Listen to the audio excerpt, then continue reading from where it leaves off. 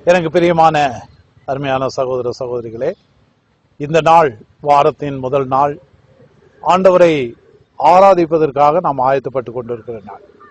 ஆம், ஆண்டவரை ஆராதிப்பதற்கு முன்பதாக நம்மை நாமே ஆயத்தப்படுத்தி கொண்டு ஆலயத்திலே சென்று ஆண்டவரை ஆராதிக்க நாம் அழைக்கப்பட்டிருக்கிறோம்.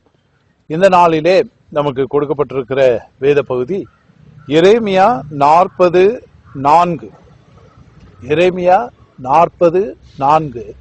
அதில் சொல்லப்பட்ட காரியம், நான் உன்னை பத்திரமாய் பார்த்துக் கொள்வேன், நான் உன்னை பத்திரமாய் பார்த்துக் கொள்வேன் என்று ஆண்டவர் சொல்லுகிறார். இந்த அதிகாரத்தை நாம் வாசித்து பார்க்கிற பொழுது, ஆண்டவரை நம்பிய அவருடைய திருக்கரங்களிலே முற்றிலுமாக நம்மை ஒப்பு கொடுக்கிற பொழுது ஆண்டவர் சொல்லுகிறார், நான் உன்னை பத்திரமாய் பார்த்துக் கொள்வேன்.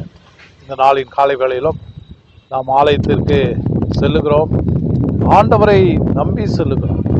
அந்த ஆலயத்தில் சென்று முழு மனதோடு, ஆண்டவரே நான் உம்மை நம்பி வந்திருக்கிறேன், நீர் என்னை வழிநடத்தும் என்று சொல்லி ஆண்டவருடைய திருக்கரங்களிலே நம்மை ஒப்பு கொடுக்கிற பொழுது ஆண்டவர் சொல்லுகிறார், நான் உன்னை பத்திரமாய் பார்த்துக் கொள்வேன் என்று ஆண்டவர் ஒரு வாக்குத்தத்தத்தை கொடுக்கக்கூடிய வல்லவராயிருக்கிறார்.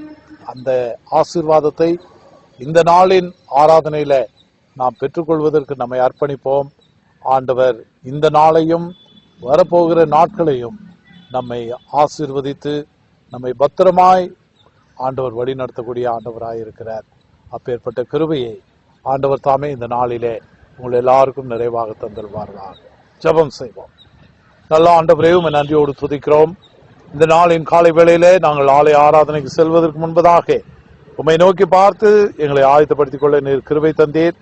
ஆமாண்டவரே, இந்த நாளிலே நீர் எங்களுக்கு கொடுக்கிற வேத வாக்கியம், நான் உன்னை பத்திரமாய் பார்த்துக் கொள்வேன்.